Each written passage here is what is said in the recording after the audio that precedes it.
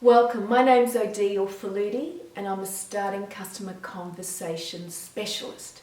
It's the modern twist on cold calling, but I absolutely hate cold calling. But I love the phone, love it. Why?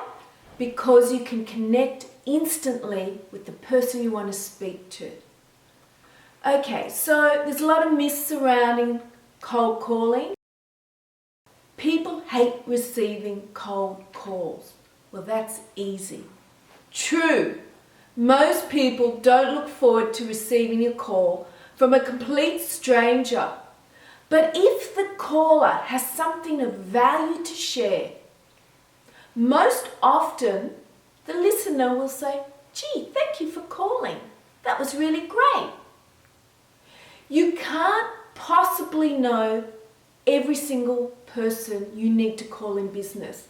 After all, there are 7 billion people in this world. Eventually, you're going to need to pick up one of these, the phone, and you're going to have to dial a number to someone you don't know.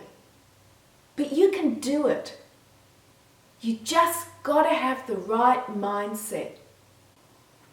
So if you'd like to find out more tips, feel free to follow me on LinkedIn or on Twitter @Odile Faludi.